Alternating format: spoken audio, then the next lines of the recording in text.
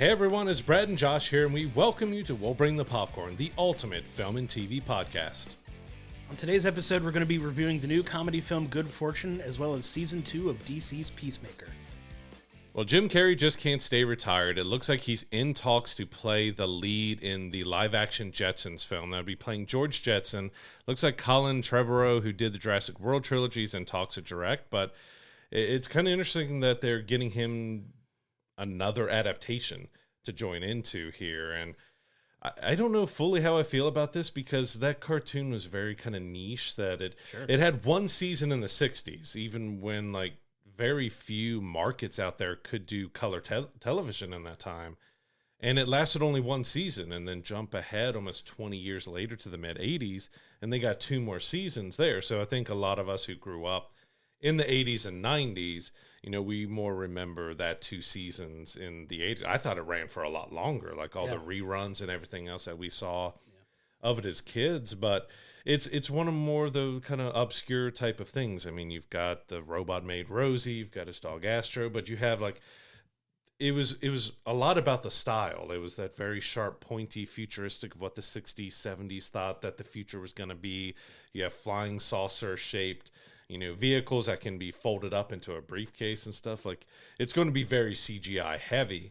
I'm just curious if they stick to the retro futuristic, kind of like Fantastic Four First Steps did, or if they're going to try to do a more modern futuristic take on it, which I think might be a bad idea. I think it needs for it to stick to the retro futuristic look. Yeah, that's definitely the aesthetic they need to keep. And it kind of blows my mind going back and looking at it when we were talking about doing this as a news story, but the fact that it had like a 20-year gap in between, like I don't think a lot of people remember that or even know that, because like you said, we grew up in the, you know, born in the 80s, grew up in the 80s and 90s, like loving, it was like that and the Flintstones were like the two, like, quote unquote, old school, like kind of cartoons that a lot of people grew up watching. And the fact that it didn't have as long of a run as people kind of remember that it had, and it's only 75 episodes, but it's interesting that they're coming back and doing this. I love Jim Carrey. Like, I'll always love Jim Carrey as an actor, a comedic actor. He's got some of my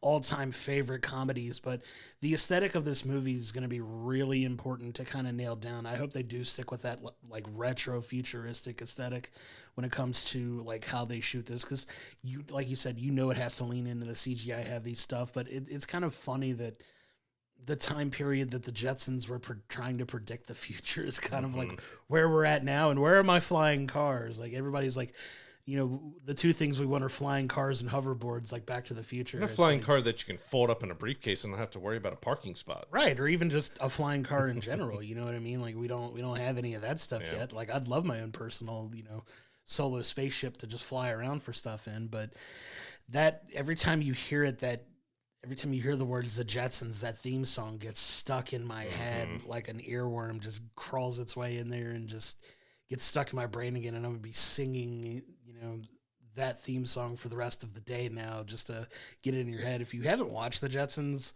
listen to the theme song for it. It's catchy. It's good. It's smart. Like, it's well written, but yeah, it's interesting that they're coming back to it, and it's something that was good enough to lure Jim Carrey out of a supposed retirement that he's, you know, gone in and out of a few times now to kind of come back and do other things. But you're never going to hear me complaining about seeing Jim Carrey in something. The quality of the film could be hit or miss, like a lot of his more recent stuff has been, but I'm excited to see what they do with it for sure.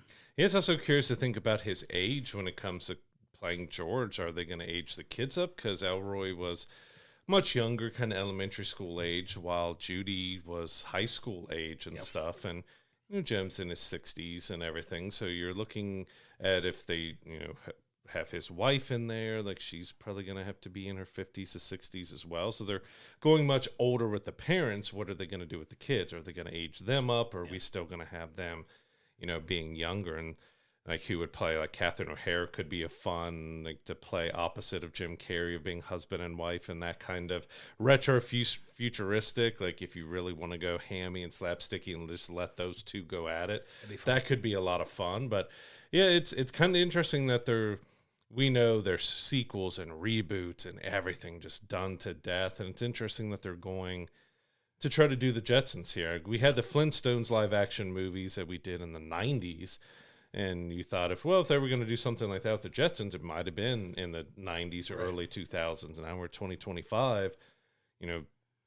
It's quite a while after that show. I mean, I think the last season was 1986 or something like that. So it's been quite a while since it's had any relevance at all to anything in pop culture. Like you said, that theme song sticks in your head, it, just like the Flintstones and all the kind of classic cartoons had those theme songs that stuck in your head and stuff. But it's been quite a while, so it's going to be interesting. They're going with this, with how CG heavy it's going to be. It's not going to be the cheapest thing, so it kind of feels like this is a little bit of a risk that they're taking on an old property to see if it has any legs. And, if it gets done, we're looking at maybe it's another one to add into 2027 that's already stacked. That year is going to be absolutely ridiculous for movies. There's so much stuff coming out, but I could talk about what movies not probably going to be added to that list now that, unfortunately has to do with, just how poorly it's been performing at the box office. And that's Tron Ares. Like, you can go back in our most recent episode and see what we thought about Tron Ares as a film. We talked about how it struggled, storyline wise, but it was a spectacle visually, but the movie itself sets up for a fourth movie, but it doesn't look like it's going to be made just because of how poorly it's done at the box office. So now you've got, the company behind it potentially not willing to pony up for a fourth film now because it's going to be such a big financial loss. And you're starting to see some of these movie studios outright rejecting doing more and like scrapping creative plans for things because they're not performing well, which is a very interesting case because you have the optics of Jared Leto and some of the controversy around him and not really being a successful leading man because he's had, at this point, several films that have flopped. Yeah, if you look, like he's been in several movies that have made a lot of money, but he wasn't the main male lead in it. He was more of a supporting actor or a part of a large ensemble cast, but as the direct lead, his box office numbers are so low. Which some insiders are already pointing fingers at that. That's part of the failures, that you have a guy who has so many controversies in his personal life behind just everything. I don't want to get into all the nastiness of everything with that because there's still a lot of litigation and stuff that's going on with things in his personal life. But, he's a decent actor. He's a decent musician and stuff as well, but it doesn't translate. We all know Morbius was such a huge bomb for Sony with that. And it looks like Disney, what they're saying is Disney may retire Tron on the big screen. So we don't know if this means that maybe they'll look at doing something on streaming, whether it be a series or a film direct to streaming. But I mean, both Tron Legacy and Tron Ares cost almost $200 million to make before marketing. So it's not a very cheap film. I mean, when you're talking about some of the bigger blockbusters we had, it's a little bit lower. And we talked about last week how like the Heat sequel is going to cost even more than Tron and Ares did potentially here, but it's not a cheap thing to make. And I don't know if they're going to spend that much money on streaming because it takes a lot of digital effects for what is, especially if they spend most of the time in the grid, which Tron Ares fully didn't, but they brought the grid into the real world, which had its own CGI, trouble. But it's one that it still annoys me. Like I enjoy the visual splendor so much, and I enjoyed doing the 3D and the motion seats with it for the overall experience. It was just how they just didn't care about trying to make a cohesive story that made sense in the Tron. Tron was in the 80s. We got early 2000s for Tron Legacy, and now we have 2025 that we got Ares, but they just really didn't bring it all together. And something like this could have been, you could have had a Tron trilogy that you really nailed and you knocked out with having more about Flynn maybe finally getting out of the grid or just killing him off or doing something in it. And they just failed like so completely with that, which I'm disappointed that we won't probably get that fourth film to finish maybe Flynn's story and with Cora and Sam and everything. But it's also like, well, if this is the best effort they can give us on a story, then it's probably best that it ends here. Yeah, and going the series route could be interesting because you can pull back the budget on it to not have to invest as much to do a series as you do. But That's even more nowadays. That's not the case because you're hearing about these bloated budgets on like streaming services shows. A good example of that is the Lord of the Rings, you know, series on Amazon that's costing they've invested like $1 billion into it, and you're hearing like how much, you know, Warner Brothers is investing in the Harry Potter series. It's like going to be a ton of money. And how much is that really going to be recouped financially being put on a streaming service as opposed to like putting these out in the theaters where you're much more likely to recoup your financial, you know, investment in that, especially with Harry Potter. I mean, my God, you take those series and turn it back into a film again, and it's probably going to make a ton of money. Like, it's really interesting to see like the reasoning behind investing so much financially in a show that you're not going to have tangible, you know, there's a tangible way to figure out how you're going to recoup your investment in that, because we don't know what that's going to do for them business wise. Is it going to flock, you know, millions and millions of people to your streaming service that it makes up that difference? And it's going to be an interesting case study to see like how all of these properties, you know, and companies start to handle, you know, taking things to streaming, which everybody says is the future, but like every service is struggling. Everyone is like, because everything is expensive and people are having to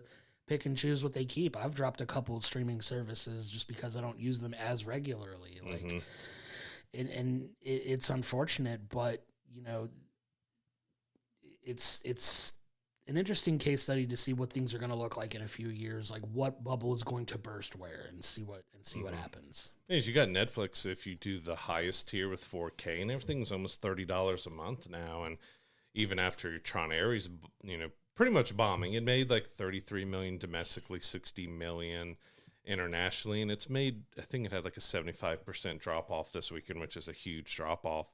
So it's clearly not going to kind of match. Like Tron Legacy ended up making about 400 million, which between spending $300 to $350 on marketing, you're looking at less than $100 million profit on that, which to most studios is not a success when you're only making, you know, that much back on it. But yeah, Disney announced that they're about to raise prices again on Disney Plus, and I think the bundle between ESPN, Hulu, and Disney Plus is going to be $30 or more now. So they're all getting more expensive. So we got away from satellite and cable subscriptions being $100 a month, but now you've got 30 streaming providers who are getting up to $30 a month. So you're going to be spending more now to get access. And I've been the same. I've dropped several because I just don't watch it. And I'm probably going the route of a lot of people that when a show or a film comes out on that service, well, all right, I'll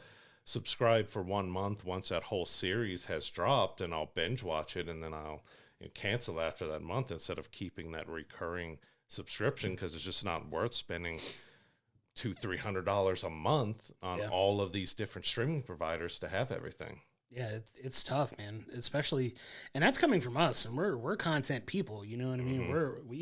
We like to watch a lot of things, and we're at that point now with ourselves too. And we can't imagine, you know, like all of you, like in the situations you guys may be in, having to pick and choose what you watch and what you don't spend your money on. And it's just, it's unfortunate that, you know, there's deeper conversations to be had about people's, you know, financial situations, and everything's raising at a rate that's not matching how much people make. And cracking down on sharing, so you can't share outside of. I can't even share in my own house. I've talked about this so much that I have wired devices and I have wireless devices. But if I'm watching on a wired device, Netflix thinks I'm on a different network from my home, and so if, you know, the kids are trying to watch Netflix in their bedroom or something, I have to authorize for them to be able to watch it in their room. Yeah, it's so weird that they're cracking down, how they're cracking down on this stuff. I get it from a business perspective, but from a practical standpoint, it's just a mess.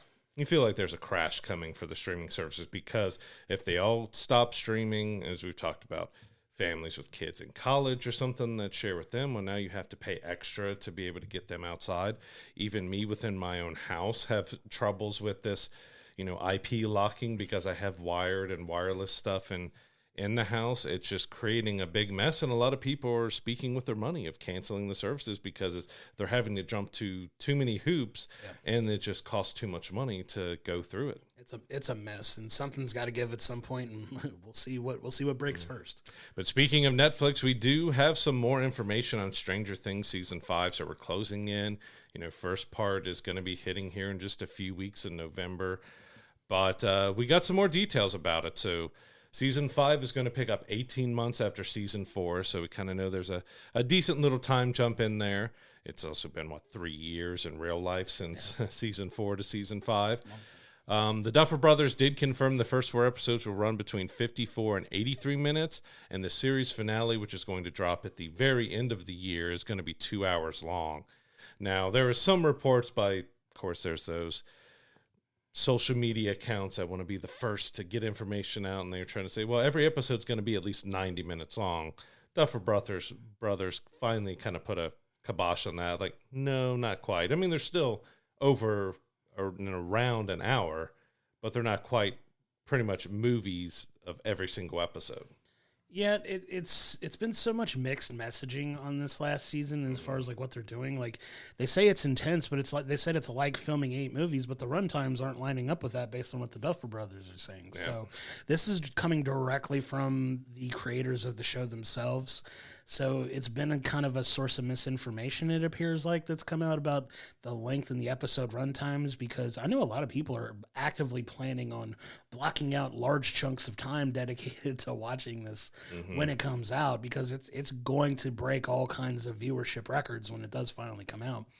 And then, feel how you will about them breaking it up into 3 parts, but it's interesting that it's not going to be the long, lengthy episode runtimes, and I'm wondering how people are going to react to that, knowing, like, having such high expectations for it being that long, and then eventually getting it, because who knows if everybody's going to see this news before it comes out. Like, if you're going in expecting like a 2-hour episode for episode 1 to kick off, and it's only like 54 minutes, that could hinder some people's enjoyment of the show because they have such lofty expectations for it. Like you said, they're breaking it up, but they're breaking it up across 2 months. So you've got 3 parts in 2 months' time. Like, why not just drop it all at once, or drop almost everything? And if you want to have some build-up, drop the finale by itself a couple weeks later, so people have to. You could have done a weekly drop, which Netflix doesn't really do, but it is kind of weird that they decided to chop it up in 3 different parts there. And the hype has been, it's like 8 movies. Not quite. An hour isn't really. I mean, the definition of kind of a movie running time at minimum is an hour and a half, is that 90-minute mark. So not quite there. I'm still really looking forward to it. They do say in the finale they're finally going to address exactly what the upside down is. They've gone back and forth, like, should we do it in season 3 or season 4? And they finally kind of saved it for the finale. So we're finally going to see exactly why and where and what the upside down is, which could be a very dangerous thing for them to do. Like, you could just leave it being a mystery and have all that, but if people don't really like, I'm thinking about Lost, where how they explain what the island is and everything that happened on that island was, and that was a very big disappointment for a lot of people for a show that was so beloved and hyped and was one of the biggest TV shows out there, as Stranger Things is. That finale let a lot of people down when they finally went to the explanation of what happened with them all. Yeah, you wonder if it's how it's gonna affect the legacy of a show if the ending like that. We have so many instances of bad finales just ruining TV shows for people, or bad last seasons kind of doing the same thing. I mean, we could do almost an entire episode on just that, and we probably could at some point do one. It'd be fun to kind of go in and kind of talk about epic TV shows that kind of let you down at the end. You know what I mean? And just don't stick the landing like they need to, but it's interesting, the release schedule for this show, because you have Thanksgiving, Christmas, and then New Year's. So it's like the spacing out isn't even that great with the last 2 parts of it, because it's only like a week apart from each other. And times when everyone's busy and out spending time with family and everything else too, it's like people will make time for it. We're going to make time for it, but it's kind of, you do it around big holidays. It's about getting together with people. Yeah, and I think that's kind of what they want, because a lot of people bond by watching the shows. So I get them doing it when they did, but it seems so silly to do a 3-part a 3-part release window within 6 weeks. Yep.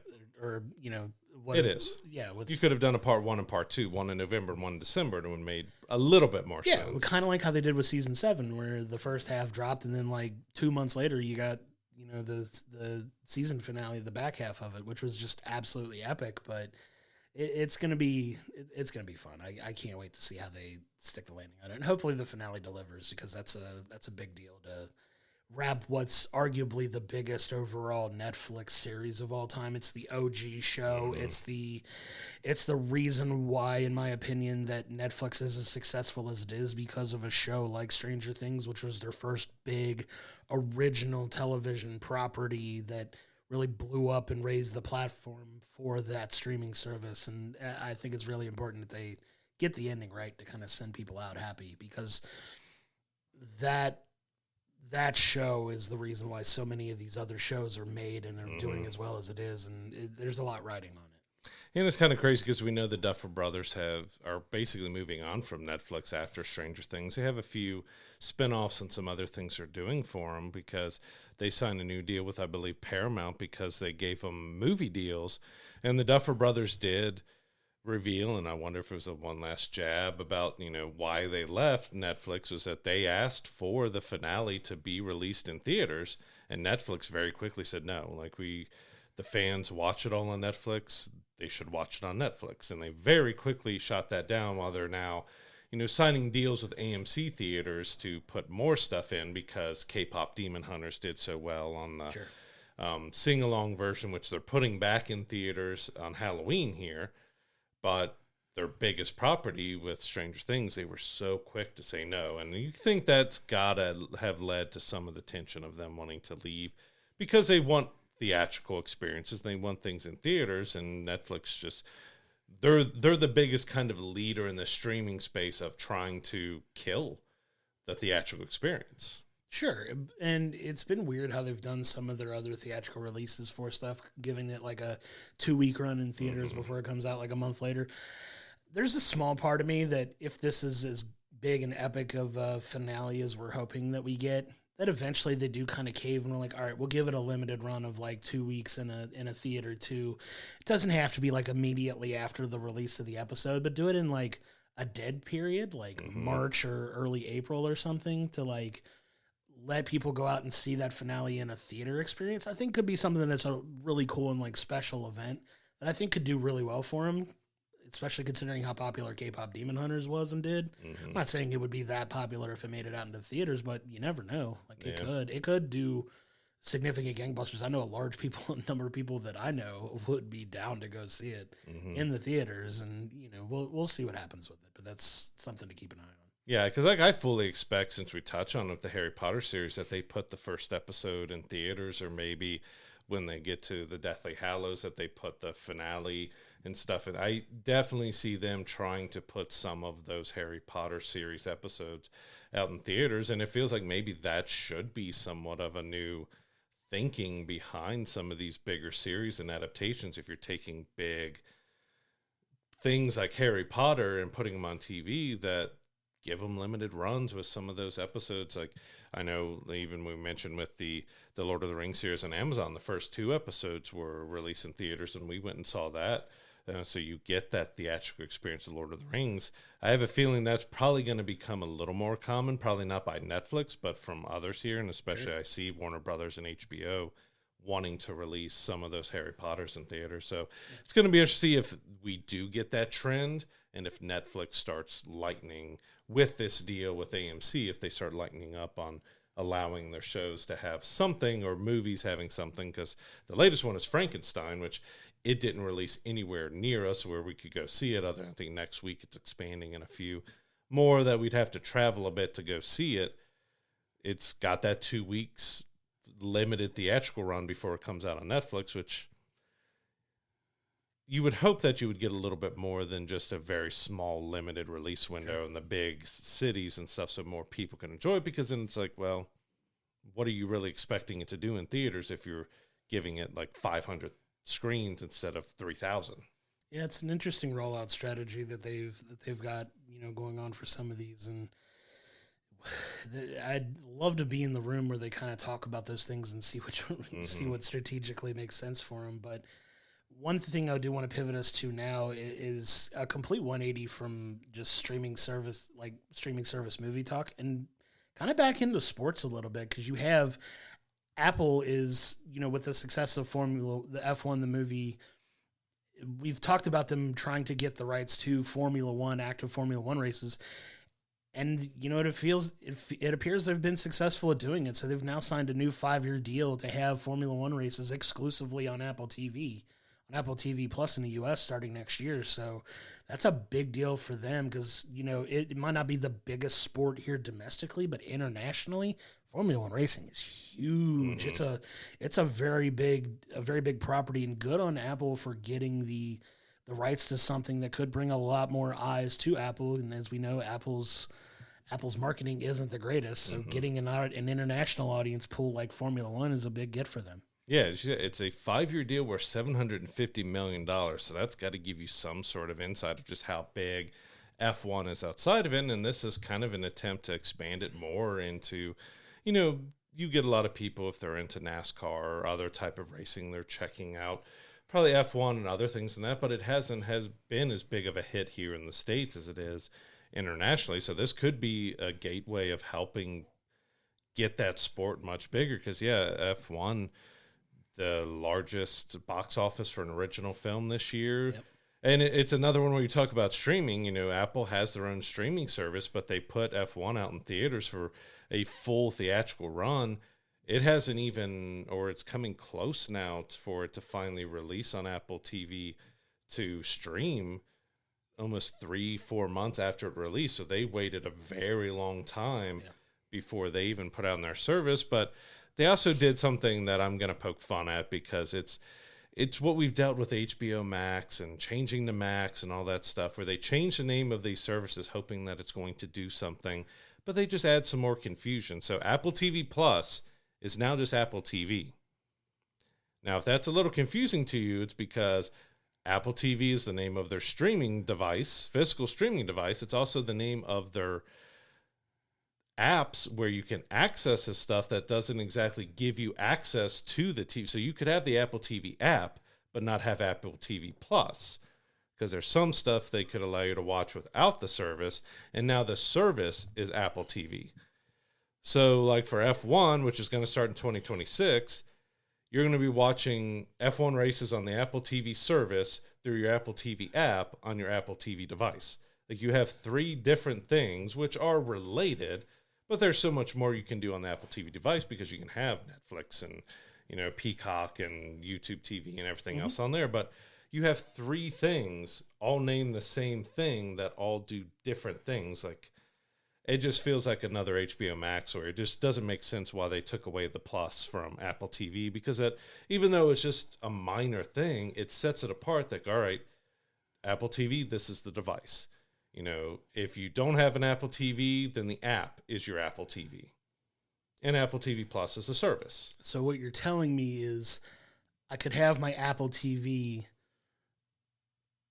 and have my Apple TV app open on my Apple TV, but I can't watch Apple TV if I didn't have the service.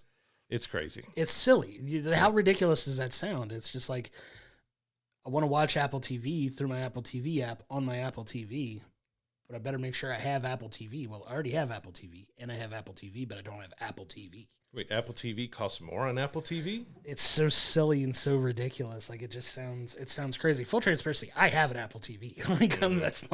That's my hub for all of my streaming services that I use, and it just sounds ridiculous. And it's one of those you just shake your head and question why, because you got to figure how many people are going to be confused about the fact that, oh, I've bought the Apple TV, I've downloaded the Apple TV app, but that doesn't mean I can watch Apple TV.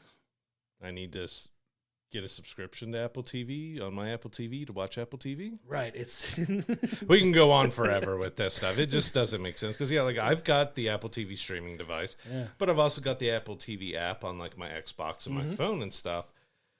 But yeah, you need a third part for Apple TV, which is Apple TV. Yeah, it's stupid. It's And wild. as much as they have issues just marketing themselves, it's just we kind of see why, or the lack of marketing. And then things like this come out, and you're just like, how are you a $1 billion company? Like, It feels the same as we went through with HBO Max here, that you launch it as HBO Max and then you decide to change it to Max using the lesser known property that you have, because HBO is the big name, not Cinemax Max like HBO is. Then you change it to Max, and now you're back to HBO Max. Like Apple, I don't know, that eventually they could change the name back or something. They seem to be sticking pretty hard behind this, but I don't think it's a good change to have three things, unless they're planning in the next iteration to change what the Apple TV device is called and what the app is called. But right now, you've got three connected but separate things with the same name. Yeah, it's very confusing. Does your brain hurt? My brain hurts. Like it just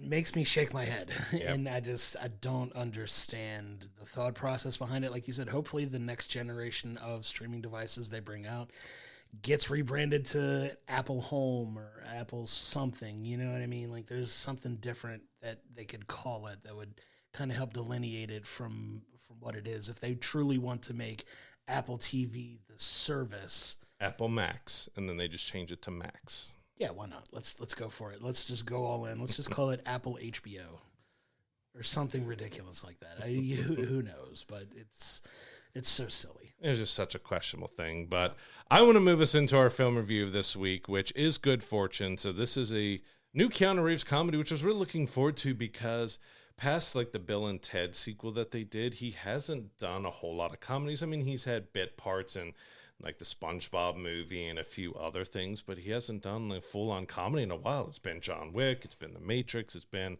a lot of heavy action, dark action films. So it was really good to see him back in a comedy. He plays the angel Gabriel, who is in charge of texting and driving. So the only thing really he's supposed to do is just show up in people's cars and tap them on the shoulder to get them to look up before something bad happens because they're texting and driving. But he's kind of bored of that. He feels like he could do more, that he wants to do more and help more people, because you get Azrael, who comes and is telling stories to all the other angels of how he's changed the life of this person, and he's kind of getting jealous. Like he wants to help other people. So he ends up helping Aziz Ansari's character, Arj, to stop texting and driving, and he follows him a little bit, seeing that his life is not so good. Like he is doing all these different apps, between delivering food to like handyman services, just to try to make ends meet, but like he still can't afford a home to live in. He's living out of his car, and he's like struggling to make ends meet. And Gabriel decides, I'm going to help this guy. I'm going to give him his moment to show him that life can be better and that he should be happy with his life. And it is really funny of how he attempts to show him, like, this is what your life is going to be in like 2 years, and then this is 5, and this is 10. He's like, that's all you have to show me? Like, there's something negative that happens in every single one. And he's like, you're supposed to be showing me good stuff. And he's like, he doesn't know what to do. And it overall was a really fun film to me. Like, it didn't hit hard as much with a ton of like laugh after laugh after laugh, but I got some good laughs out of this film. Oh, this film was funny. Like, Keanu Reeves has like the perfect deadpan comedic delivery, and it really shines through in this film. And I'd be remiss if I didn't talk about his cameo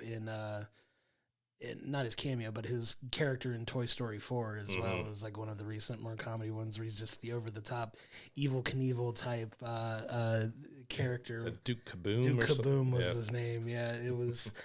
He's so good at comedy. Like, people forget just how like good he is in that genre, because John Wick and The Matrix are just like epic film franchises where he gets to be this awesome action star. Which, who knew the guy that played in Bill and Ted's the Bill and Ted films could be an action star? But he's had an unbelievable career and an amazing career resurgence over the past 10 plus years with John Wick, bringing him back to the forefront, but getting him back into comedy in a role like this was so good and so well done. Like, he's hilarious in this movie, because like you said, he has these ambitions of helping people and doing more, and he kind of hyper focuses on Arj because, he sees some of the texts that he was getting ready to send when he saved him, and he was just like, he's the perfect person I can help. This guy that's just down on his luck, I can show him his life's worth living, and it kind of becomes his mission throughout this film, and it sets off this really fun chain of events where, Arj goes to work for Seth Rogen's character, Jeff, who's like this uber wealthy multimillionaire investor who has this ginormous mansion in the Hollywood Hills, and, becomes envious of that type of life, and, he sees the work, and, just Arj just goes through just a comedy of errors and just awful things that could happen to him on a day-to-day basis where, they pull in some real life stuff that happens to people like on an everyday basis where like he's a delivery driver whose order doesn't, like, they close the shop that he's trying to pick up an order from and they cancel his order, and he's calling the guy like, hey, don't cancel this. Like don't cancel the tip because I don't make any money. I've been sitting out here for 2 hours. And then the guy's like, oh, I won't. And then he hangs up and he gets the alert that he canceled the order anyway. And you're just like, man, I just wasted 2 hours. Like, what are we doing? Like, just bringing some like very real situations into this movie that I really think brings that authenticity like to the story that they're trying to tell. Yeah, it tries to bring some real heart into it because it's showing the struggles of what modern day people are going with, of what delivery drivers, how little they make from everything, and tips and reviews are very high to it, but just the struggles like people with like minimum wage jobs or so have of trying to have a life, because you have, the love interest in Elena played by Keke Palmer, which I kind of wanted more of her in the film just because she's so fantastic. She works at this Home Depot like store that Arj ends up working at and meeting her, and they kind of kick off a little bit of a flame and stuff, but it also kicks off kind of the biggest problem in the movies because, he ends up doing a job cleaning the garage and reorganizing the garage to Jeff, and he talks his way into becoming Jeff's assistant, which, Jeff ends up giving him a company credit card for expenses, and, he's hyping up to Jeff that I've got this date, and I'm going to go, let's go take her to this restaurant. Is it expensive? Oh, no, it's fine. Well, to a millionaire investor, it's not, but when he shows up and the bill's like $400, he uses the credit card, which gets him in trouble with her because he can't sustain like a life, which she's not asking for that life, but he's wanting to do things and give things, but it gets him fired and his car gets towed and just everything falls apart at that point to where Gabriel's like, you know what? I'm going to show you that rich lifestyle isn't all what it's cracked up to be, because the point is supposed to show him that here is a look at the other side of people who don't have to worry, and you'll want to go back to your life because you'll see your life's worth living. And we've seen in the trailer, and the funniest part is like, yeah, I'm showing him that this life isn't going to solve all your problems. And, well, it seems to have solved most of his all of his problems, and he doesn't want to go back. Right, he doesn't want to swap back, and that's the big crux of the movie, is that Arj has to want to return to his life to go back to it, and that causes all the problems because he's like, no, I have it on easy street. I have all the money in the world. I don't have to stress. I have a mansion. I don't have to worry about a thing. Why would I want to go back? Right, and it seems so silly, but it's like,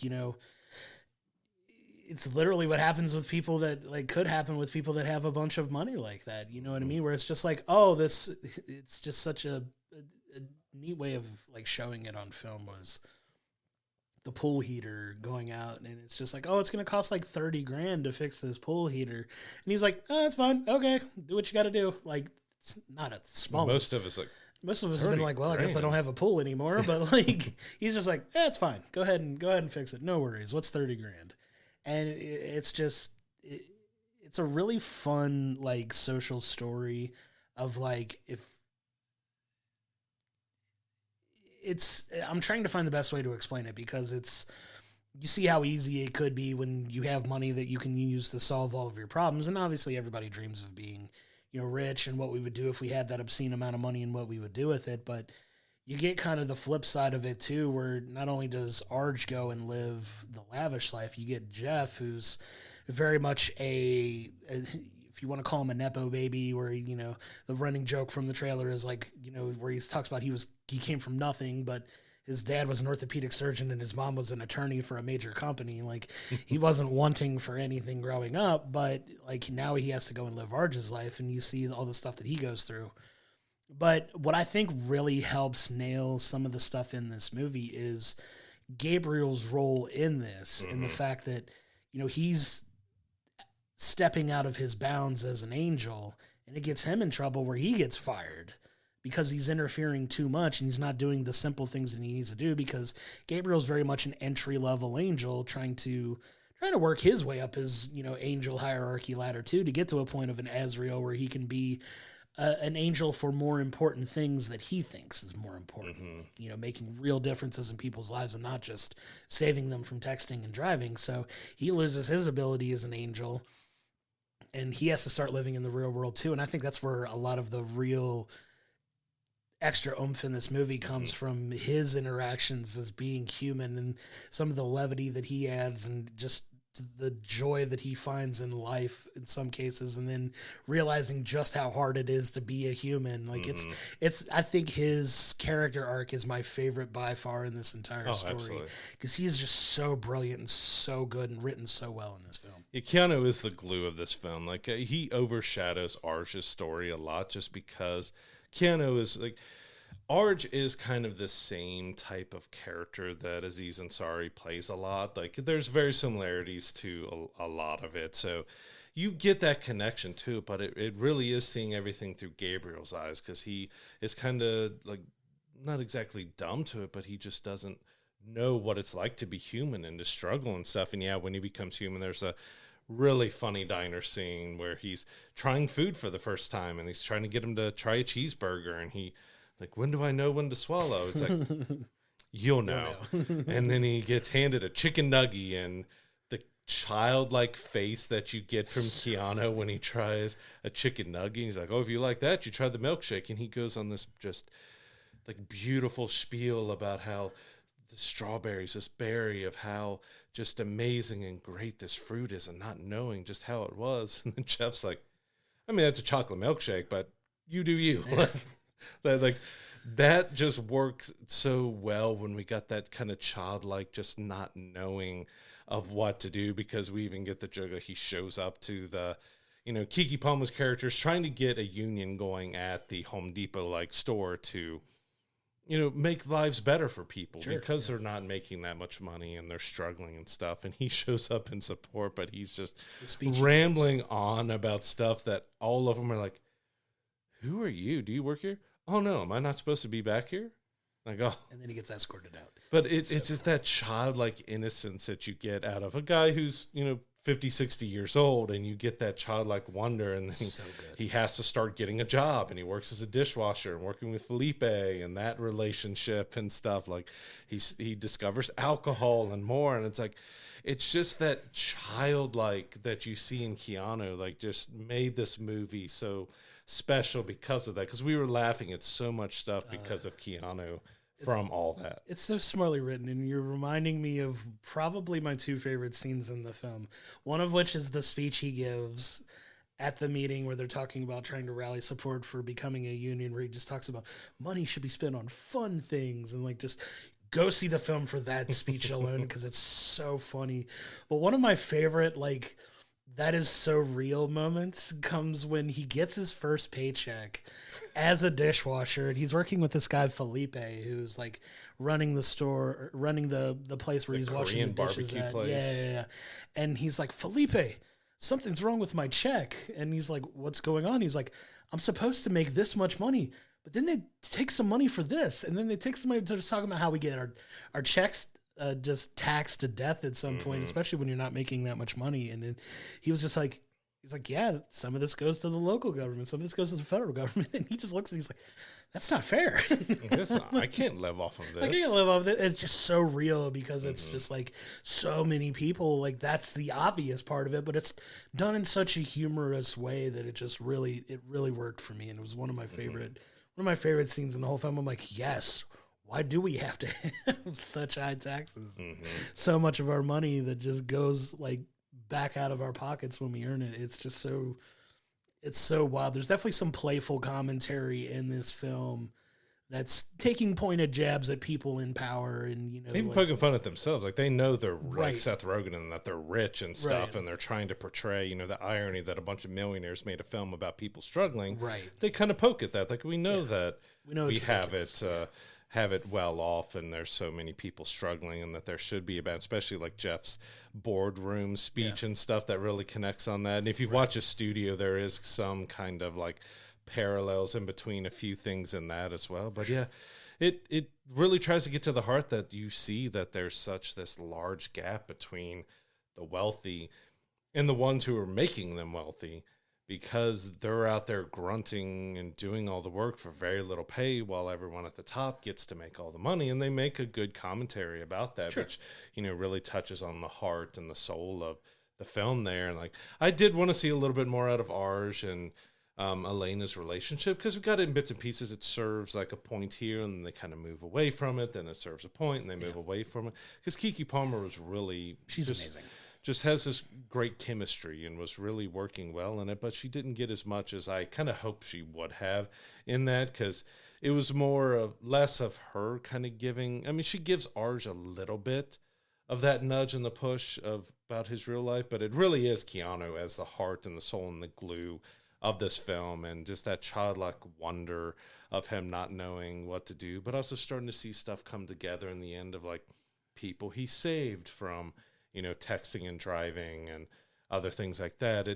It was overall really fun, but like without Keanu, I don't think it would have been quite as good as it was without him really giving a little bit of Bill and Ted type of his deadpan humor in there, but he just does it so well. And like just hearing him say chicken nuggies still makes me laugh. It is hilarious, and part of the through line for the film that's really going to drive that home is like what it like 6 months from now when you think of good fortune, you're going to think chicken nuggies because of how he just says it and how much it means to him in the film. And it's so funny, so well done. I got so much enjoyment out of watching this. Like it's not a perfect film by any means. Like it's paced pretty well. It's got a good, pretty simple overall story that it follows.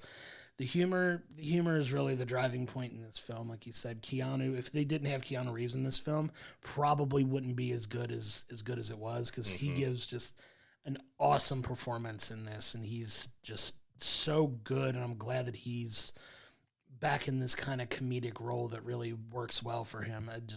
I got a lot of enjoyment out of the film because he's such a bright spot in it. I don't know why it just popped in my head. I talk about the childlike wonder of his humor, but like when he first meets Arj, standing kind of in the parking lot of the Denny's, and he's like, "I'm an angel." He's like, "What? See the wings?" And just the way he just the childlike way he's pointing out his little bitty wings, because it's kind of the point that you've got to become a better angel to get promoted and you get bigger wings and stuff. But it was just the childlike way he said, "See the wings?" And it's just a fun vehicle to see him doing something other than, which I love the action-packed stuff that he's done with The Matrix and John Wick and everything, but to see him back into doing comedy was just so much fun to see him doing comedy fully, instead of like just being a cameo or a bit part in another film. Like being in a whole film doing a comedy was just, I want to see him do more comedies. Yeah, for sure. But, Good Fortune is a film that is, a fun social play on just life in general and the struggles that so many normal Americans face, but it's done in such a way that it's got heart, it's got charm, it's paced so well. The writing on it, the dialogue is really funny. I am so glad that Keanu Reeves is back in a comedic role in this after being in so many action films. It's good to see him back in a comedic role like this, and he's really a bright spot in this film. I'm going to give it a 7.5 out of 10. Like I said, it's not a perfect movie by any means, but my God, he makes this movie so fun and so enjoyable that I probably wouldn't have had as much fun if it weren't him kind of being the heart of this film. Even though he's not technically the overall central character of the movie, he still carries so much weight in this film that makes it such an enjoyable experience. And for that, I'm giving it a 7.5. I'm right there with you. Pretty much everything you said. I'm giving it a 7.5 as well, because Keanu does overshadow Aziz Ansari's Arj. Like he gives a decent performance, but it does feel kind of more of the kind of same character that he's played a lot. And so when Keanu steps in and does that, and Jeff is kind of a similar thing that Seth Rogen has done a lot. So it's more about letting Keanu shine and doing. Keke Palmer was a lot of fun. I was wishing she would get a little bit more in there because it borders on that of trying to give a little dramatic emotion to it, but they don't ever let it dip too low. They try to keep the comedic and the highs, but still touching on serious points with, those who are not as well off as others, and being happy with your life or how you can change, or not always being wanting and striving for what everybody else has. And it's got a pretty decent message. It could have been a little bit better, but as you mentioned, without Keanu, it probably would have been much lower rating on that. He really gave a childlike, fun, whimsical performance that was just a joy to watch. For sure. He's so fun in this. And that's not even, like, we went the entire review and didn't even talk about Sandra Oh being in it, who's kind of Martha, the boss angel there, who's kind of like the head honcho, and she's got some bright spots in this film as well, even though she's in it in a pretty limited capacity, because this does really focus on Arj, Jeff, and, in Keanu Reeves' character in this film, and it doesn't, it really hyper-focuses on the three of them and their interactions throughout most of this, but she also gets a little bit of love from me, too, because she's just an amazing actress as well, and I love seeing her in pretty much everything she's in as well. But, yeah, definitely wanted more out of Keke Palmer in this, because she's so talented as an actress and is wonderful in so many different things. But, yeah, great movie, man. It was such a good film to go see. I'm glad we went and saw this one, because it was definitely worth a watch, and so good to have Keanu back in comedy.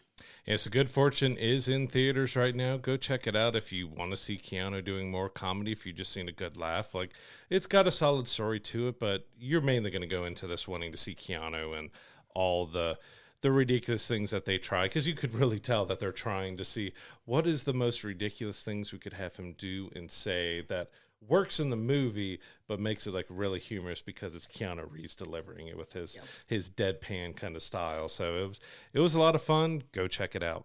We are now partnered with Dubby Energy. Dubby is a clean energy drink to give you focus with no crash or jitters like other energy drinks. Dubby contains vitamins, amino acids, and 150 milligrams of caffeine. It also features 0 calories, no sugar, no fillers, and no artificial dyes. From Dragonade and S'mores to Push and Punch and Galaxy Grenade, Dubby has a wide range of flavors for you to choose from. Use code WBTP to save 10% off your Dubby Energy orders, and look for a direct link in the audio and video descriptions. So now I want to move us into our TV review of the week. We have Season 2 of DC's Peacemaker. So this is the first season of Peacemaker that's technically fully canon in the new DCU. And I say fully canon because, there's been some loose speculation on what the first season of Peacemaker was going to mean, since it's really the main character that's really rolled over from the previous iteration of the DCU into the new James Gunn DC universe. Well, they get that right out of the gate, retconning some of the stuff that happened, because notoriously, spoiler if you haven't seen season 1, it ends with Peacemaker interacting with the Justice League, specifically Henry Cavill and, Gal Gadot and Jason Momoa's Aquaman.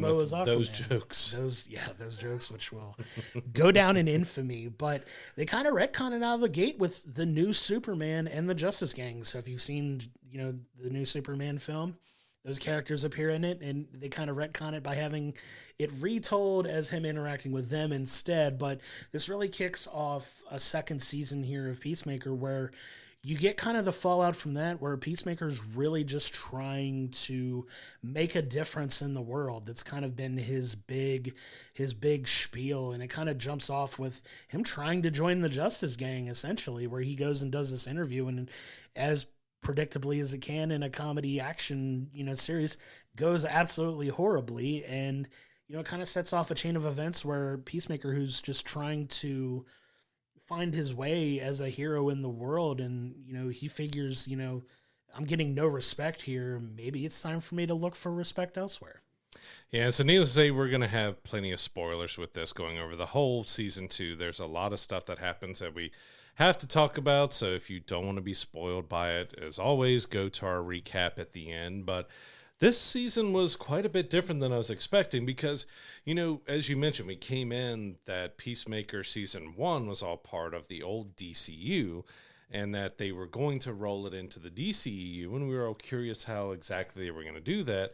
And we kind of got word and knew that it was going to kind of mess with the interdimensional doors and stuff like that, and we kind of got that in Superman as well. So I came into it thinking, all right, he's just going to go into an alternate universe, and that's going to be the new DCU, and he'll just stay in there, and that'll be it. But no, they did the retcon and made that universe that we were already in be a part of the DCU or DCEU. So that was a little bit like you had kind of an easy out that you could have just made it a dimensional door that he went through and stayed and didn't come back. But I mean, they played with that well. There's a lot more dramatics with this season because, you know, Chris Smith, Peacemaker, he's kind of struggling with his life. Like, he's still struggling with that he killed Rick Flag Jr. and that his dad is still after him of wanting to make him pay for, you know, killing his son and everything. But he doesn't know where he fits in. Like, he's kind of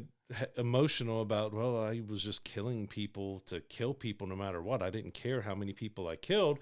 And now he's kind of dealing with that fallout of it, that he's actually doesn't want to be that kind of Peacemaker who just kills to kill. And he's trying to, because we actually get, I think, more plain clothes Chris than we get Peacemaker in this series and stuff, because he's trying to deal with that. And we also get that a little bit of love story was building between him and Harcourt, but we get a lot of drama and stuff behind that. But, you know, most of the season revolves around that.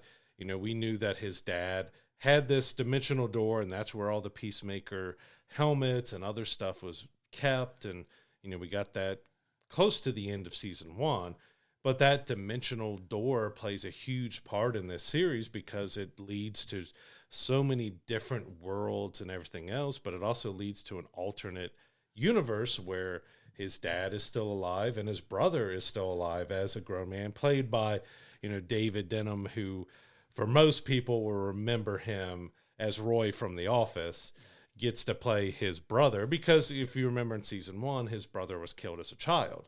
So this is the first time we get to see the adult brother, and it really affects, you know, Chris on how he's treated and feels in his actual universe and how he feels and treated and what he has available in this new universe. What I think they do such a brilliant job of in this season is kind of doing the long story with that alternate dimension that he kind of wants to stay in, right? So he pretty much gets out of, you know, the pickle that he's in where he's in his normal universe.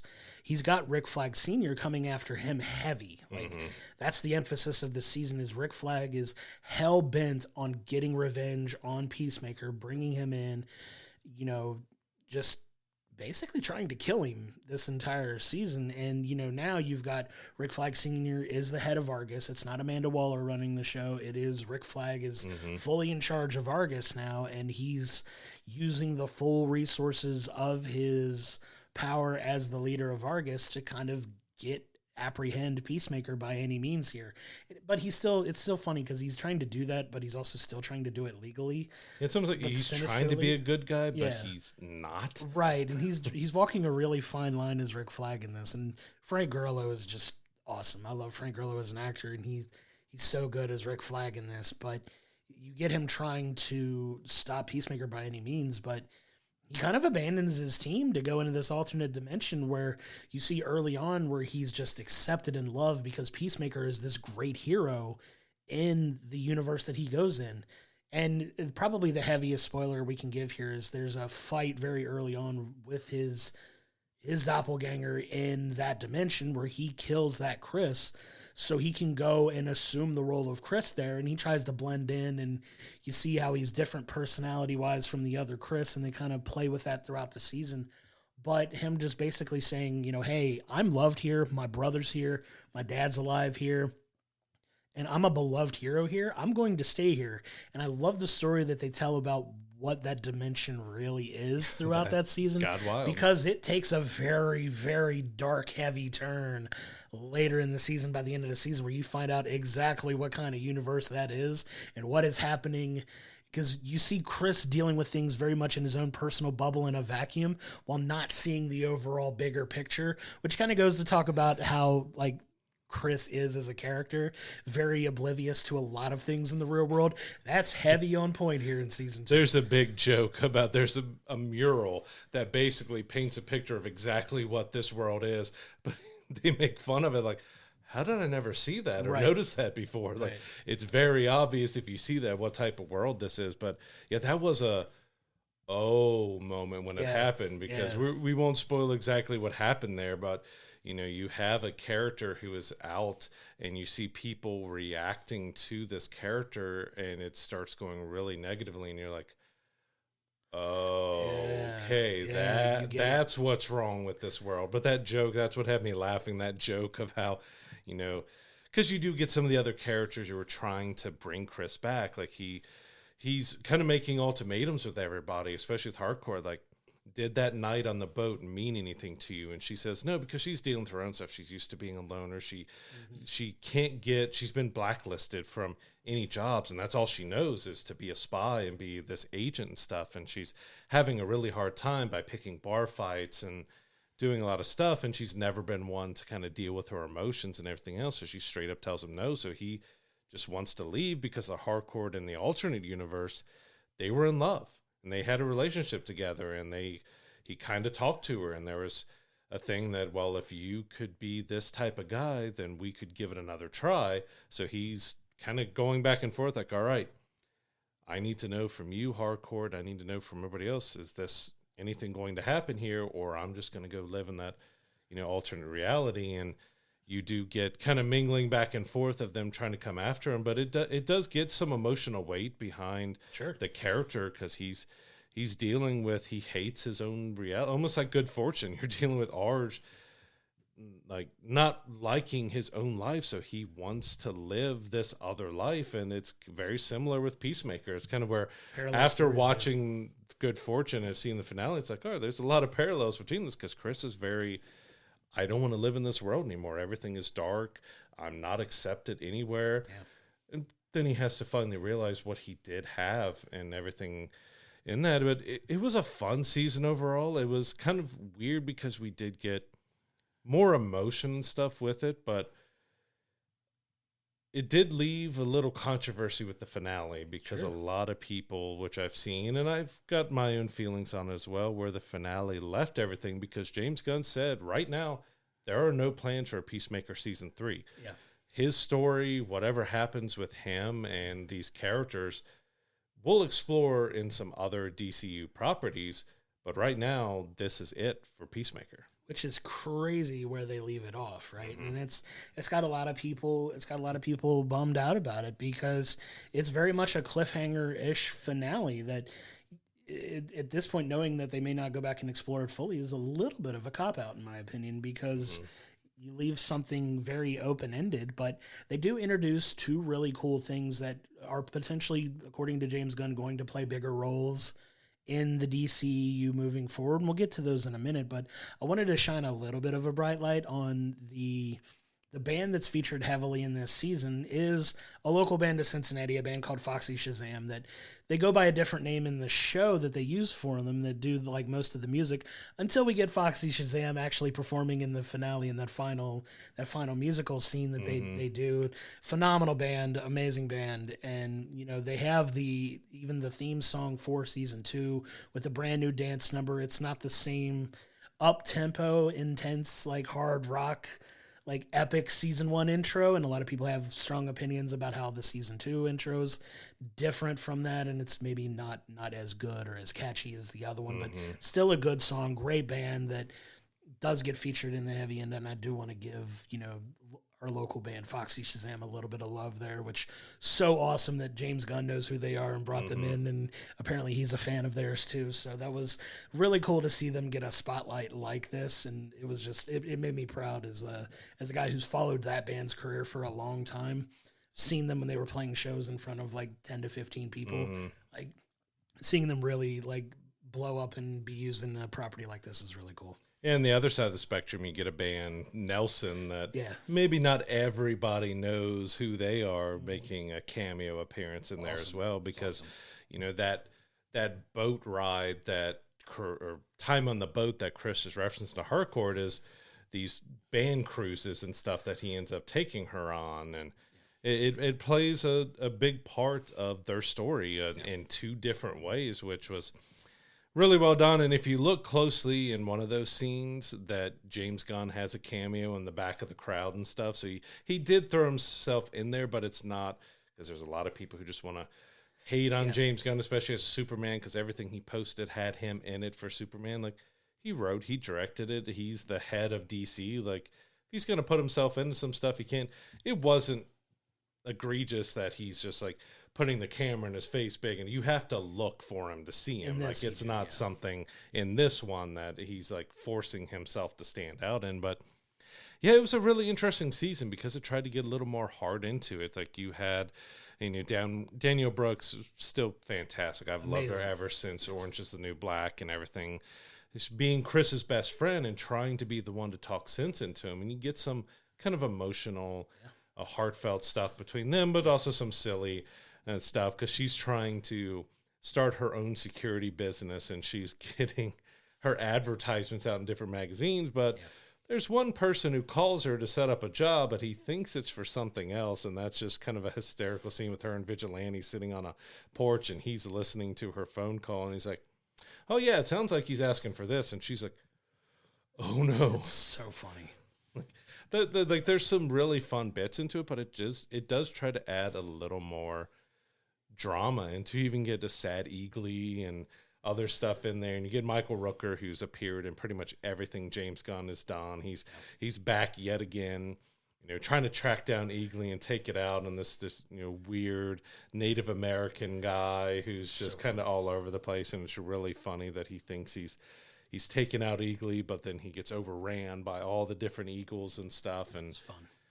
There's some fun, like, kind of different cameos, because we also got at least one character that we didn't expect we were going to see, especially so soon after, you know, the DCEU kind of rebooting. And a big spoiler on it, we get Lex showing up. We get Nicholas Hoult as Lex, shows up in here. We know that they were filming at the same time, so Superman and Peacemaker were at the same sound stages and studios and filming at the same time, and we wondered if we were going to get a Superman cameo and everything else, but we did get a Lex, which plays a pretty big importance and can be setting up for something pretty big in the future, because, you know, the Superman movie, they were dealing with their own interdimensional portals, but they had a hard time keeping them open and doing that. But now they have these basically Monsters, Inc. type of doorways that they can go and visit all these alternate realities. And it's kind of, I think, a good time to move into that finale and what it kind of did with it, because, you know, we're left at a point where Chris is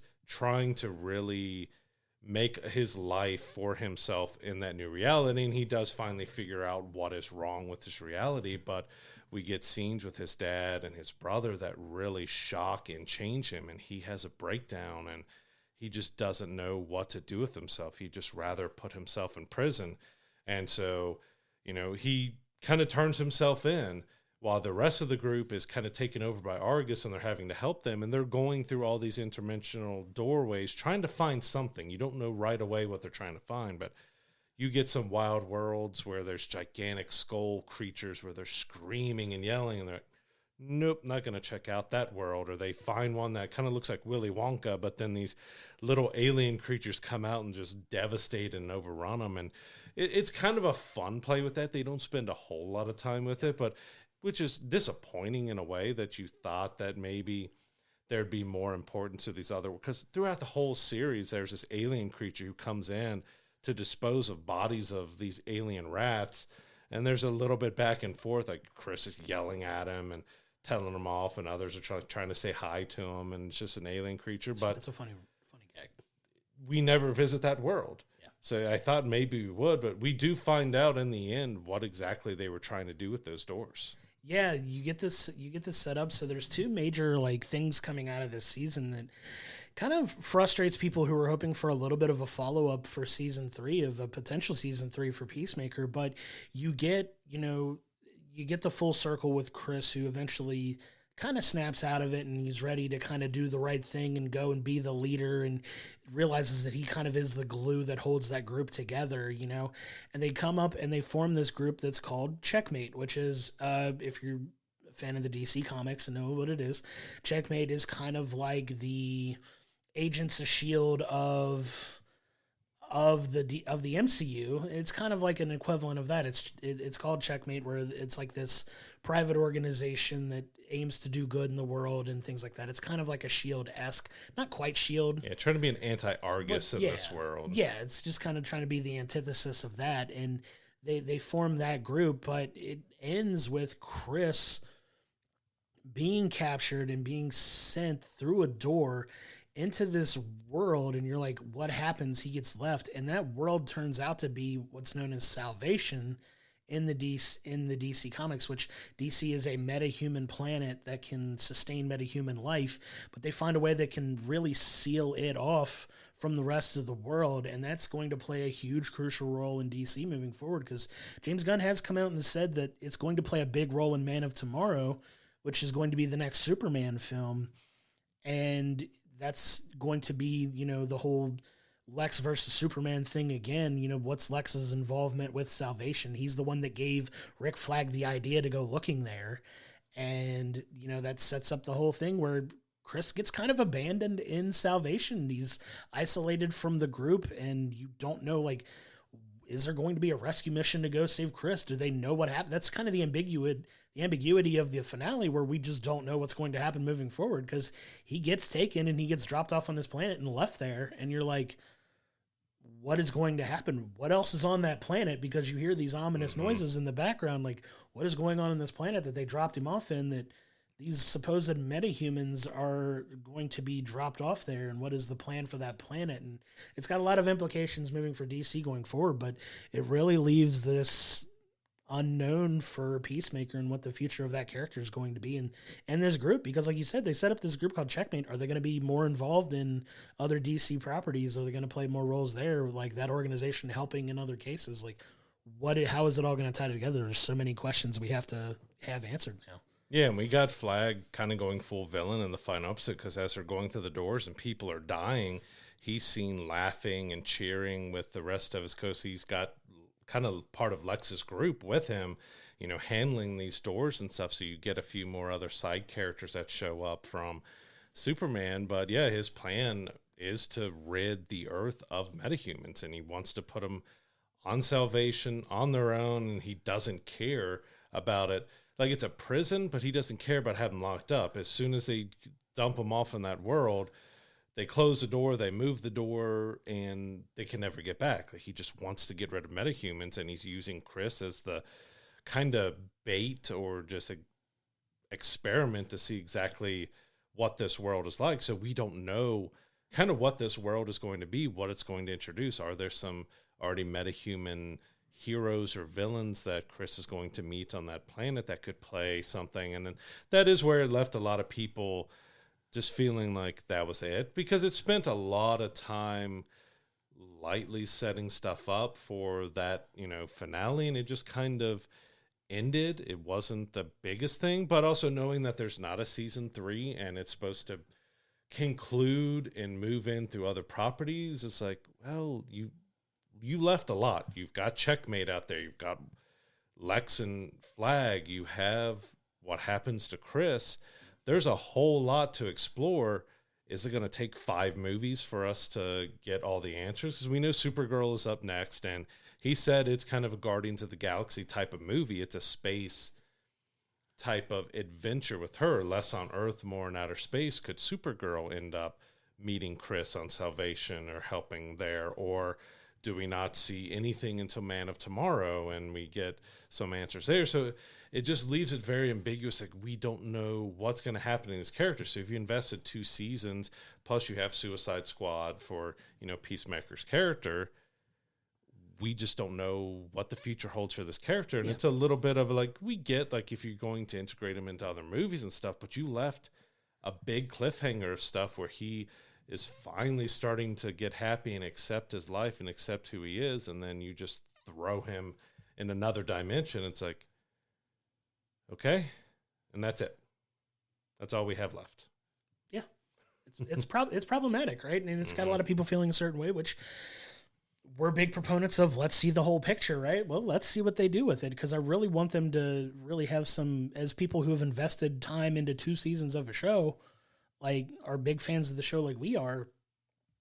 Where does this go? Where are we going? Like, is it going to pivot more into movies? Like, we don't know what's up really TV wise with DC, because they seem to be hyper focused on movies. Like, we don't know too much about TV properties other than, we got Lanterns coming up, which we don't anticipate is going to deal with anything that's going on here.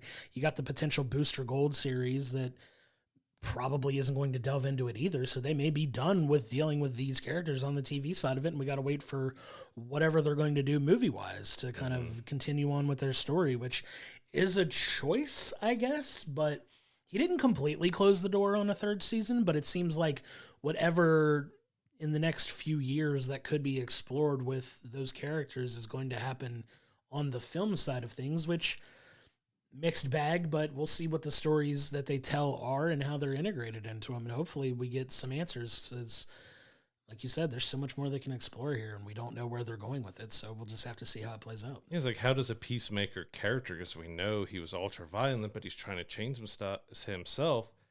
How does that play into something like Man of Tomorrow, Superman? He's kind of the complete opposite of what Superman tries to be in things. And he's trying to change his character and who he is, but can he fully change that? He's kind of the Punisher-esque of DC here, of how he approaches. Not exactly, because Punisher's doing it out of loss and everything else, and he's just one that's... It's more about the ultra-violence of how he handles things is very similar to the Punisher in that way, but there's so much with him in Harcourt and with Checkmate and with Argus and with Flag, and it's just so much to resolve. And if it's only going to happen in other properties for a while, it just feels like I would have rather it ended a little bit better, so that if we don't get much of a follow-up, that it's okay, because you left it and like, what in the world happens now? It feels like that's a season 3, but we're not going to same thing like Tron Ares. You set up like we're going into 4, and we're more than likely not going to get that. Yeah, we potentially could get Peacemaker season 3 down the line, but you don't know if that's when or if 3 years, 4 years, 5 years, 6 years, and we don't know how many films and TV shows and everything else that you might get them intertwined in before we get that, if he ever goes back to it. It's just, it did leave a little bit of like, it was fine, but it just left way too much up in the air for another season not to be happening. Yeah, for sure. There's a lot of meat on the bone there, but overall, this season was fun. Like, I enjoyed the heftiness, I enjoyed the heaviness of the stories, where this is kind of like a yin and yang from season 1, which is more in the humor. And there's plenty of humor in this season as well. Like, there's a lot of that, because we haven't even talked about, John Economos's character in this. A lot is still this overly jaded, like just goofball genius character. Does not know how to distract people at all. Not at all, but there's some funniness with that. There's, Tim Meadows of SNL fame showing up as Langston Fillery, who's got bird blindness, but he's just this goofball, eccentric agent as well. And bird blindness is a very serious issue. It's a very serious thing, but you also have, Adrian's story in this, where he's, dealing with it, and there's some very hilarious stuff with his home and his relationship with his mom, and, his secret room where he has all this stuff stashed in it. That room is insane once you get to it, but also that, and then just the fine performance of Robert Patrick in this too, like as his dad, who is in this alternate dimension that's completely flipped on his head, and you get kind of this almost touching, heartwarming sentiment from him by the end of the season, before what happens there happens. That I won't spoil. I want you to go watch it and see what happens, but he kind of has like a little bit of a full circle moment in here too, where it's just like, oh, this is the total antithesis reality of what we're living in, because his character was very much not redeemable in the universe that we were living in, and you were kind of cheering when he got his comeuppance in that because of how awful of a human being he was, but you get kind of the exact opposite of that in this universe, and it's just like, oh, okay, I get it. Like, I get where he's coming from, and you kind of get that full circle moment. But yeah, like, he gave a great performance in the limited time he was in this show too, and Leota is amazing. Danielle Brooks is an incredible actress too. It really shines bright in the scenes that she gets. Like, there's some really good performances in this season issues with the finale and the way they wrap up the story aside, it was really fun. It was a good story. You got a good mix of humor, a lot more heart and heaviness in it than we were anticipating, but the humor and the charm of it is still there as well. Yeah, I want to show some love to Jennifer Holland with her Harcourt because amazing. the first season, she's in a relationship. She's married to James Gunn and stuff. So you have a lot of people wondering, well, she's just got this role because, Sure. She's in a relationship with James and stuff. But she really showed in this season why she was the right choice for Harcourt, because she plays that hard character really well. But then you get to start to see the cracks and the emotion and the heart and her feelings, while also still trying to still be the hardened person she is. And then you get the alternate version of her in that other dimension that is much softer and carries herself a little different. And she really showed that she was the right choice for Harcourt in this season, that she was really, really good. And even John Cena got to show off a little bit more of, got the silly and goofy and over the top stuff, but got to try to show some emotion and heart and everything in there. But I wanted to show Jennifer Holland some love because she did prove that she was the right choice for Harcourt, even though there's some fans out there that will probably still go on the attack as the internet does. She did a fantastic job this season. Yeah, go touch some grass. She was phenomenal in the show. I enjoy her work in this. She's in other things too, guys. It's not just because she's married to James Gunn. Like, she's good in other stuff that she does too. Just, she is phenomenal as Harcourt, and I can't imagine anyone else playing her. Yeah. So Peacemaker Season 2 was a fun season overall. You got to see some more depth to these characters. You got to have more emotion. We got the retcon and everything to bring it into the DCEU, which I thought could have been done a different way and probably a better way other than just making the quick, immediate cut in the intro and stuff. But I thought it was a solid season, minus the issues with the finale and how it decided to end up. It didn't end in the most solid way because we don't know if we're ever going to see a season 3 and when we're going to see these characters again. I'm going to give it a solid 7 overall because it does have a few issues. I mean, it's only 8 episodes. They try to go through a lot of stuff, but it takes a little bit to fully build to where it was going to go. And especially that alternate universe, it took a while, which the payoff was fun, but to really think that Chris is that kind of non-observant to be in that alternate universe for long he was and not see everything that was going on. It's like it stretched it a little bit, but it was still a fun season overall. Yeah, I'm landing a little bit ahead of that. I'm giving it a 7.5 again, much like I did with Good Fortune, but it's still a really solid story. You get to see them really expand upon themselves as characters in this season. You get to dive in a little bit more. They get a little more emotional depth. You get them really going through, just trying to grow as people, as humans, and find their place in the world. And I think they do a really good job of it. It does stretch it a little bit too long to get to that. I really wish they'd have gotten that next to last episode, maybe an episode or two ahead of it, because it does feel like it kind of lulls a little bit in the middle of the season and really picks up in the back half of the last couple episodes, which are phenomenal episodes. And, for that, I have to knock it a little bit because it does kind of lull a little bit in there. But if you're a fan of this, it's going to be violent and gory and, just ultra violent, absurd, obscene, just fun humor. Not for kids. Definitely not a family show for sure, but that if you've seen the first season anyway. So it really dives into that in a much greater depth in this season. Like, I still enjoy season 1 overall more than I did season 2. Season 2 was a really solid follow-up.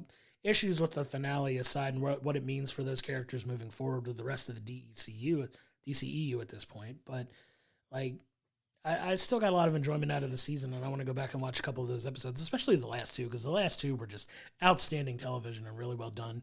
Issues with how they ended the last, few minutes of the episode aside, still a really solid season, and especially last couple episodes. Yeah, and we didn't really even talk until we brought it up right here about how this is a TVMA. This goes out there, especially early on. It really shows you because there's a scene with Chris and drugs and alcohol and a bunch of other stuff going on in his house and stuff, that this is the follow-up to Superman. Like, he says that you don't have to see Peacemaker Season 2 to understand the thing going on, but that's kind of where some of the problems lie within this, because it brings in Lex, it brings in the Justice Gang, it does set up Checkmate and Chris to have their stories continue in other properties. But if you don't watch season 2, you don't really know. And it does have some ties to Superman, which is a more family-friendly film. Sure. And you have this TVMA not family-friendly at all type of show. It is kind of questionable to do that, because if you are one that wants to have it all in, and if you're one that, well, your kids really loved Superman, and you know that the Justice Gang is going to be in Peacemaker, and you want to let them watch it, it does beg the question, like, why did you go so heavy after Superman with something that adult? Right, and it's definitely an interesting follow-up. I get where he's saying where you don't have to have necessarily seen it, because he says they're going to explain the importance of, like, the Salvation Planet in the film.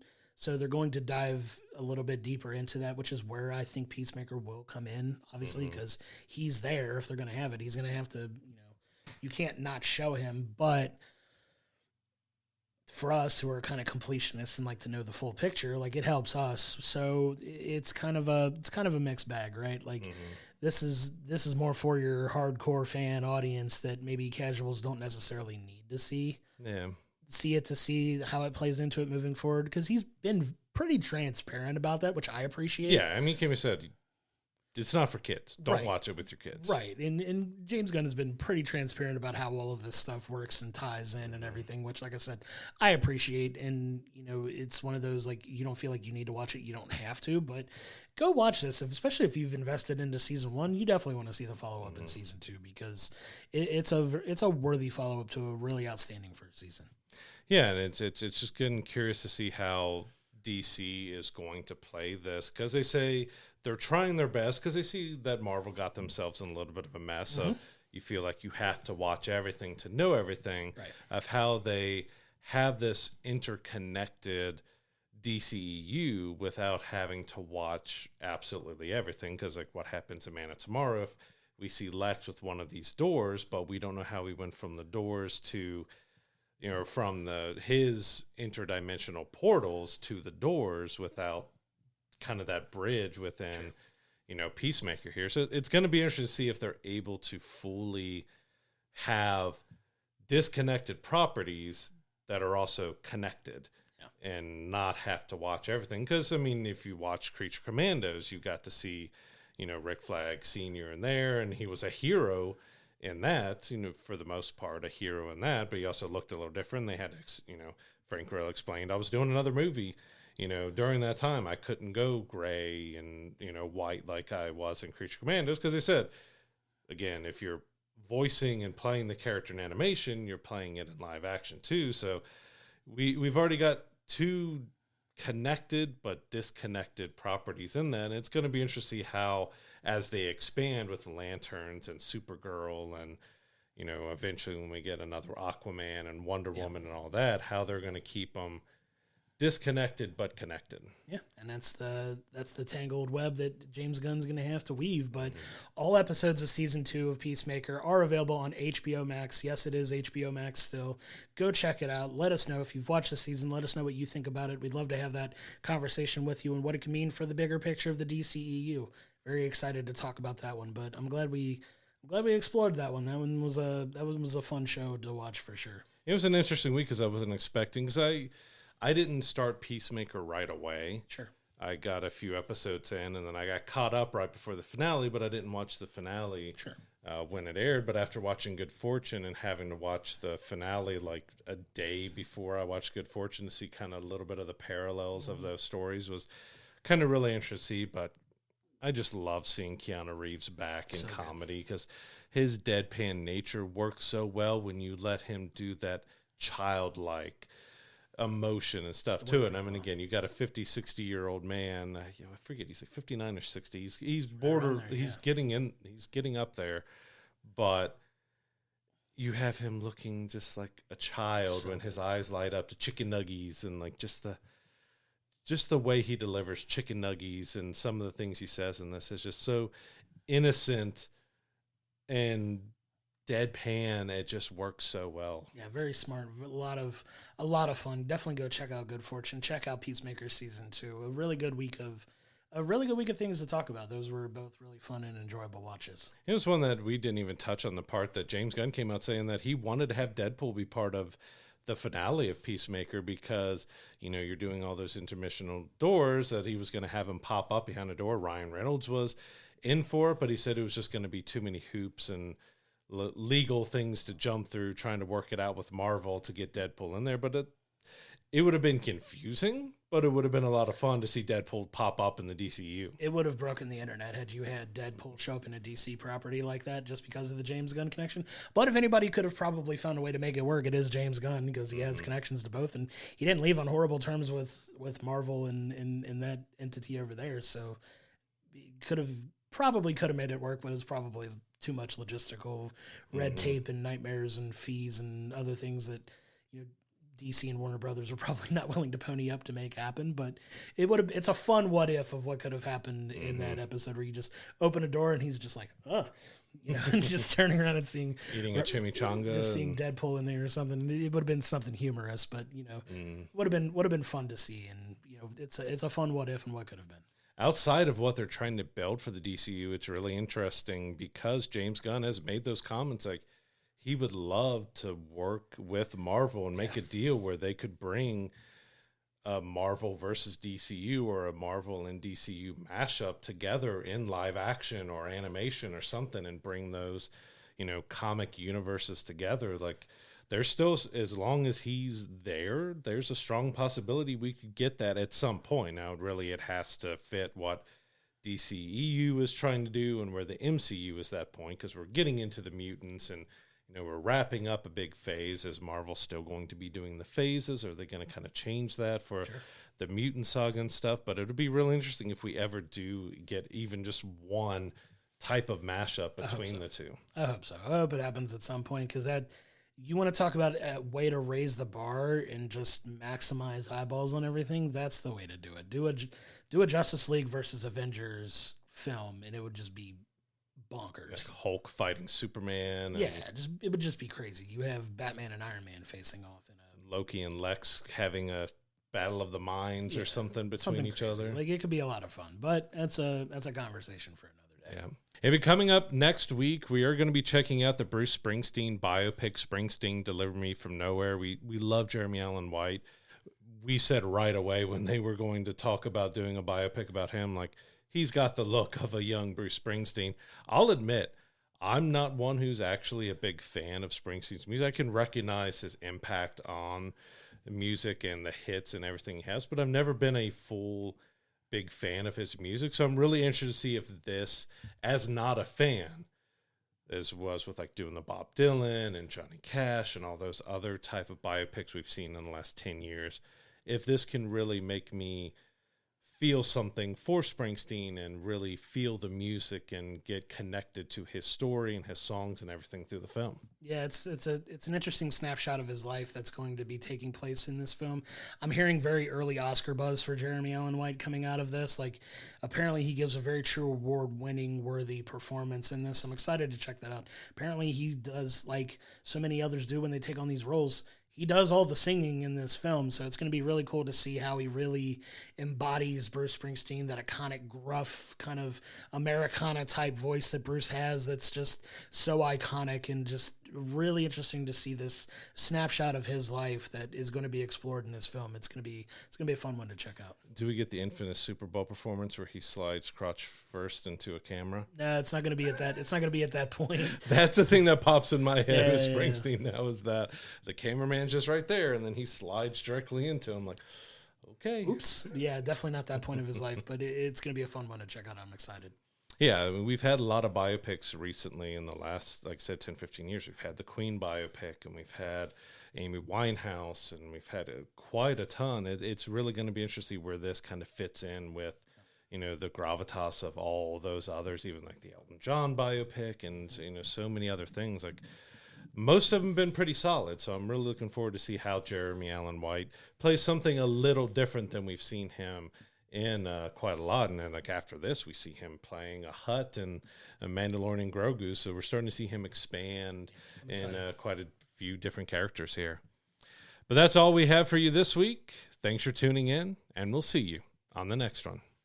To find all of the episodes of We'll Bring the Popcorn, go to our YouTube page, hit the like and subscription button so you're getting our episodes when they drop each and every Monday. If you're listening to us in the audio realm on any of the podcasting platforms that we're on, please don't forget to give us a 5-star review. It really helps elevate the profile of the show. And don't forget to go to willbringthepopcorn.com, where it has all of our archive videos, all of our social media information, as well as our merch store, so you continue to support the show in that way. We cannot thank you enough for your continued support.